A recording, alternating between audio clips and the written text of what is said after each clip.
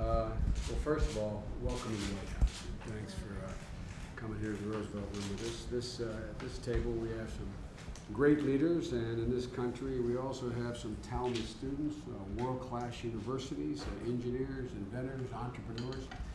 But our competitiveness depends on training and producing even more of these people. Today, about 60% of all basic research is funded by the federal government. But the federal research and development spending has dropped steadily since 2004. And in real terms, federal investment in research dropped in 2008. That's why we made sure the Recovery Act included more than $18 billion to fund research and development in universities like the ones represented here today at this table.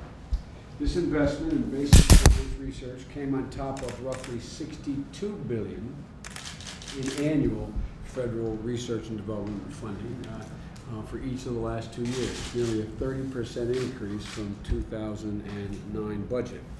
And this is among the most critical parts of our recovery spending because it's the investments in the future, an investment that's going to pave the way for a new American economy, the new building blocks in which we're going to build our economy in the 21st century. And out of a lot of this research, literally we'll see, and we'll be talking about 10 and 20 years from now, entire new industries will spring. In fact, the economists will tell you that for every dollar of science funding, we actually produce $2 or more of economic goods and services in the overall economy.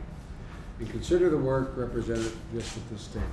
The University of California and Johns Hopkins are part of a Cancer Genome Atlas project which studies the DNA of cancers, which has the potential of accelerating drug development and improving diagnosis and treatment of 20 types of cancer. As we'll talk about later, that's up from studying 3 types of cancer.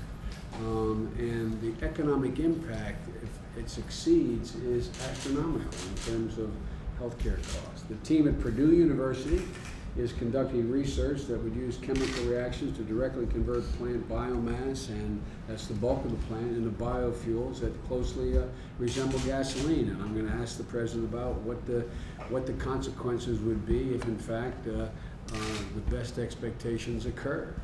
It could be literally groundbreaking for the economy. The Washington State University is studying and participating in an effort to make the city of Pullman the region's first smart grid community, where they allow the area to control the use of energy in ways that are much more efficient, much more productive, and much cheaper. The University of Florida researchers are studying how to harness solar energy and waste heat to actually run refrigeration systems. Researchers at the University of Pennsylvania, meanwhile, are studying the neurodegenerative disorders. This research is studying the long-term neurological effects of antiretroviral drugs taken by HIV patients, both what the effects are and ultimately how can we avoid the harmful effects. Folks, this is where the future lies, the future of healthcare and, quite frankly, the future of energy production in this country. And that's the basis of what a significant part of the 21st century economy will rest upon. This administration has made these investments because we believe that our new economic future will grow from ideas that are incubating in universities around the country. And that's the breeding ground. And by the way, it's always been that way. I'm always amazed by some of my colleagues who suggest we shouldn't be investing like this. What would have happened had Eisenhower not decided that an outfit called ARPA should be put in place, and had the ARPANET not ever been generated by a $25 million investment there, which ultimately ended up in the internet, and ultimately ended up in 1.7 billion people using it, generating hundreds of billions of dollars in commerce and trade. So this is nothing new what we're doing. Yet some of our critics act like we're coming up with some new social intervention here. It's the way in which, all the way back to Abraham Lincoln, decided to give, in the middle of the Civil War, $16,000 in treasury bonds for every mile of intercontinental railroad that was built.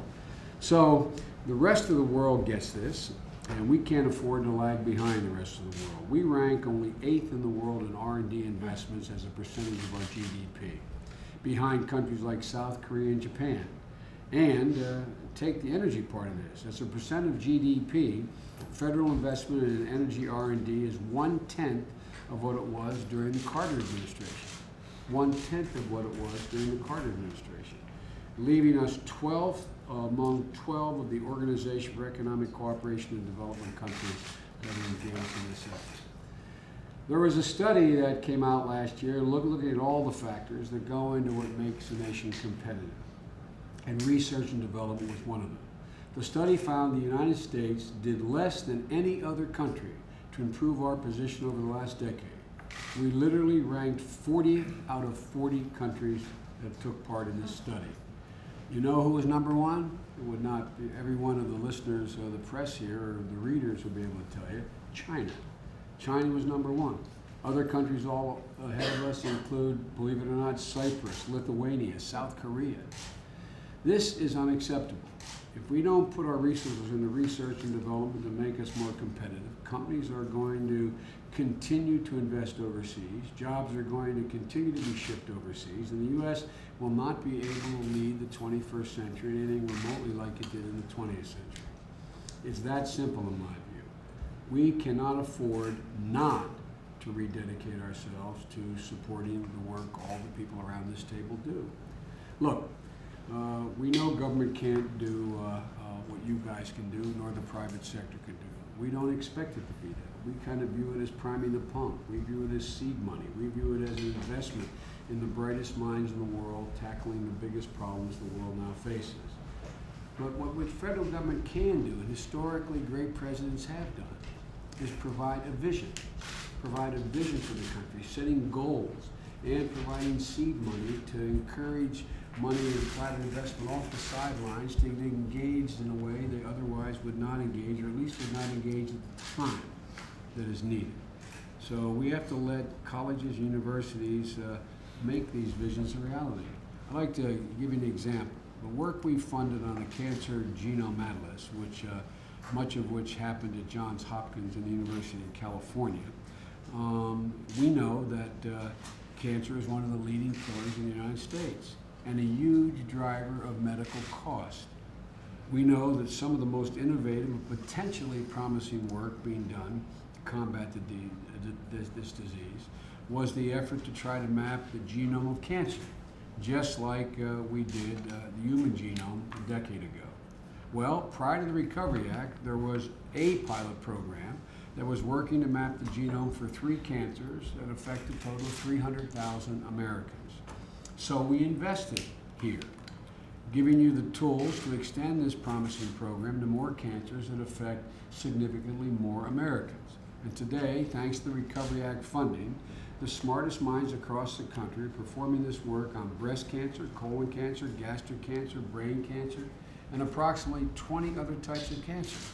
In total, is it estimated that more than 10 million Americans will be affected by the 20 plus types of cancer to be studied in the way it was only previously studied in 3. A 33-fold increase over the 300,000 affected by the 3 cancers studied in the pilot program. And even if part of this breaks through, the consequences for the country, not just in terms of human lives, but in terms of the economic consequences, are significant. But it's not just about scientific advancement tomorrow. It's about actual economic growth today. What Dr. Holden and I, at least I most often get answered is, okay, this is all good, but the economy is in really tough shape right now. We can't afford to be looking down the road. We got to look at today. Well, the fact of the matter is the research you are doing and your colleagues in other universities across the country is actually generating economic growth today. Earlier this summer, the Council of Economic Advisors reported the Recovery Act supported research projects. Only the Recovery Act supported research projects that I'm talking about here are responsible for over 50,000 jobs thus far. And today's jobs have become tomorrow's whole new industries. And we've already begun to see it, by the way. For example, A123 is a battery company that I visited out in the Midwest. They started a federally supported project at MIT. Now, they're a company that employs 1,700 people in the Midwest and is actually leading the advance of battery technology that is going to move us from producing 2% of the world's lithium-ion batteries to power vehicles in the 21st century to 40% within the next couple years. Cree, a company named Cree, is another one of these examples. They make LED lighting in Raleigh, North Carolina. I was down there last year, sat with a young CEO. They started at North Carolina State with the support of the Department of Defense. Now they employ 3,100 people in jobs and in an industry of the future. And with a few tax breaks they were given, they've been called 48C, they've been able to keep those jobs in the United States of America. I'm looking forward to hearing about how the Recovery Act is helping you and your institutions, and how we can help people understand and see how important the investment in research being made through the Recovery Act truly is. And I'm looking forward to figuring out how we can continue to ensure that you can educate tomorrow's leaders and help us build a stronger economy for the 21st century. The President said it when we were talking about, and while I was in Baghdad a little while ago, as we were changing our mission. And he pointed out at the end of the day, all of what we do worldwide depends upon strong economic growth at home. And I would argue without continued investment in research and development, we are going to be in a position we're not going to be able to lead in the 21st century. We want to help people see what this is doing for our economy now and what its potential to do in the days ahead. Now, for my part, my job is introducing a few presidents here. I'm used to dealing with presidents around this table, John Hunt, and usually he sits right here, and I sit there, and John and I ask him questions occasionally. But the truth of the matter is, first I'd like to introduce Franz Cordova, the president of Purdue University. Purdue is known as the cradle of the astronauts for very good reason. They've sent 22 graduates into space. My university thinks we've sent as many into space, but in a different way. I'm one of them, but including Neil Armstrong. Purdue alumni have flown on 37% of all the human U.S. space flights. In 2007, the Boilermakers continued that tradition by looking into the stars, choosing a former chief scientist at NASA, Dr. Cordova, as their leader. So, Doctor, I'd like to hear a little bit about space, but I'd like to hear a lot more about what it is that you're doing at Purdue that's going to generate this kind of change. And then, I don't know how long the press is going to be here, but then Amy Gutman, who's a good friend, is going to talk about what's going on at the University of Pennsylvania. And then we're going to have an open discussion with all the rest of the players here. And Mr. McPherson and Mr. Berto represent other research universities in the nation, as well as land-grant colleges as well.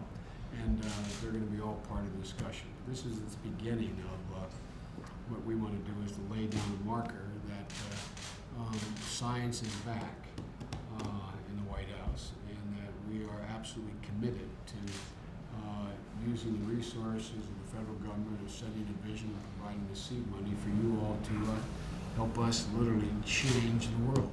And that's what you're about. So thank you very much. I'm going to yield to you, Doctor. Mr. Vice President, thank you very much for inviting me to join you with these distinguished colleagues. As noted, I hail from Purdue University, home of the Boilermakers. Purdue is the land-grant University of Indiana, and you mentioned President Lincoln and his investment in the railroads. There was another investment that happened at that time, of course, with the Morrill Act and the creation of the land-grant universities. And in fact, we were born, the university was, of a private-public partnership with the great gift of John Purdue, and then the government investment to create the university. At any one time, 74,000 students are entrusted to us. 74,000? 74,000, 40,000 on the main campus, and then we have several regional campuses. We educate and prepare them for the jobs of the future. In fact, you mentioned about making tomorrow's leaders. Actually, our motto, because of our space heritage, is launching tomorrow's leaders. We do aim high. Last week, the Wall Street Journal listed Purdue among the top 4 universities in this country for corporate recruiters because of our preparation of students for the workforce. We're also Indiana's 5th largest employer, and last year our economic impact on the state was over $4 billion. We're able to benefit both our students and our state and nation because of our talented faculty and researchers and their ability to compete effectively for research funding. As you have so eloquently said, this funding leads to the discoveries and the inventions that fuel economic development. This past year, Purdue's research awards were augmented with 174 Recovery Act awards, which totaled more than $130 million. I'd like to give you just a few examples of how these awards are benefiting our state and our nation. Indiana, which is often called the Crossroads of America, that's what's on our quarter, is facing declines in many traditional industries, including manufacturing and automotive. Thus, we're happy to be part of a private-public partnership with Cummins Engine, in which we're working on energy-efficient and clean combustion for heavy trucks using Recovery Act funding from the Department of Energy. This should improve heavy-duty freight efficiency by about 50%. Also with DOE ARA funding, Purdue is leading a partnership of Indiana universities in an advanced electric vehicle education and training program. This will help ensure students are prepared for the future green jobs in the automotive industry. Recovery Act funding from NIST will fund a Center for High Performance Buildings at Purdue's Herrick Laboratories. In the United States, buildings are responsible for roughly 40% of primary energy usage, 71% of electricity, and 38% of the country's CO2 emissions. Also, we know that many Americans suffer from being in closed-up buildings and being indoors for too long. So this center is focused on developing knowledge, technologies, processes, and integrated solutions to ensure high-performance systems and environments. And that means good occupant health and productivity and sustainability and security. Recovery Act support from the National Institutes of Health for Purdue's multidisciplinary cancer research facility will help our biomedical researchers and engineers develop new models for preventing, diagnosing, and treating cancer. It's worth noting the impact and underlining what you said about job creation, Mr. Vice President. The Recovery Act requires that we report on jobs created through these Recovery Act research awards every 3 months. For Purdue's first $21.5 million of expenditures as of last June 30th, we reported 210 FTE jobs created or retained. That's a factor of 10 to $1 million, and 600 people who spent some amount of time on these projects. So we're finding that for every $1 million of Recovery Act funding, about 10 FTE jobs are directly created and 18 more are indirectly impacted. Finally, it's worth emphasizing that the knowledge that's created today through this research stimulus funding will lead to even greater impact in the jobs in the future. I'll leave you with the last example of Recovery Act funding to Purdue that illustrates this point, and it's one that you brought up. Purdue is leading a collaboration with the National Renewable Energy Labs and Argonne to convert biomass to bioenergy through a catalytic process. This would more than double the carbon captured into fuel from biomass over existing technologies, a worthy goal.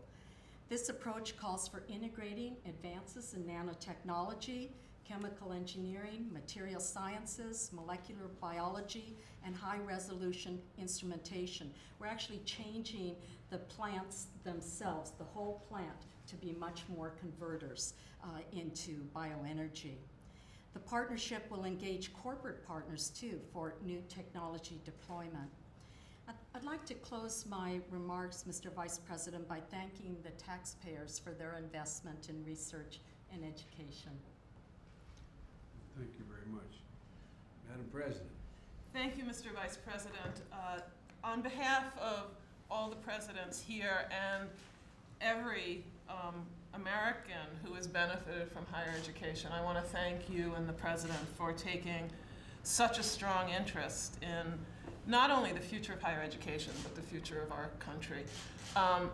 One of the founding fathers of our nation, Benjamin Franklin, who also happens to be the founder of the University of Pennsylvania, famously said that an investment in knowledge pays the greatest dividends.